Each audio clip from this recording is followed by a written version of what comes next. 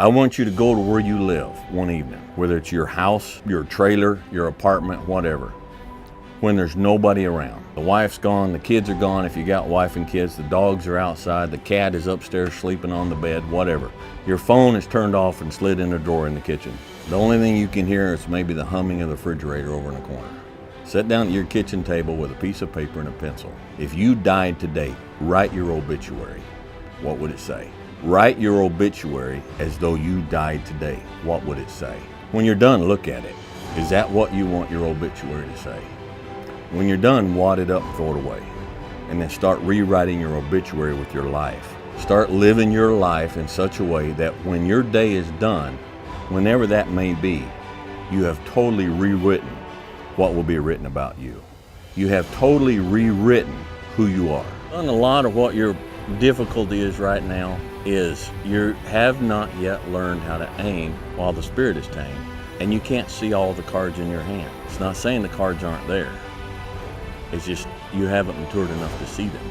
And there will come a time you keep going and you keep learning and you keep growing, that one day you'll look down and the card you needed was there and it's been there all along. But that ain't gonna come for a while. And my encouragement to you is stop being so hard on yourself. The key is time is precious. Life is not just the passing of time. Life is not just the passing of time. Life is a collection of experiences, their frequency and their intensity. Life is not just watching the clock tick away. Life is a collection of experiences, their intensity, their frequency. Whatever the span of your life turns out to be, here's what you want to fill it up with: experiences. When should you start the day? As soon as you have it finished. Plan the day the best you can, leaving plenty of room for improvising and surprises and all the stuff that happens during the course of the day.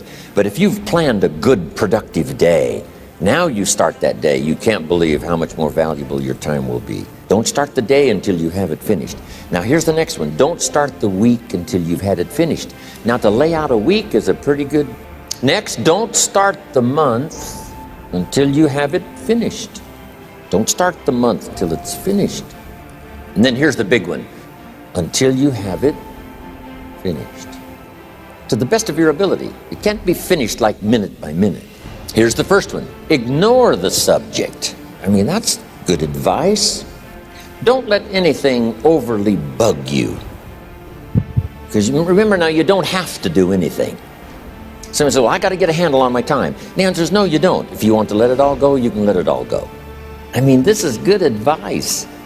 Somebody says, you ought, you ought, you ought. Jot this down. Ignore all the you oughts or you should. We can become incredibly lazy because there's no necessity. So you have to create necessity in your life. You have to create the need to get things done. I learned I wasn't lazy. So your laziness is something that has to do with you. You're not connected to something deep enough. You don't feel the necessity.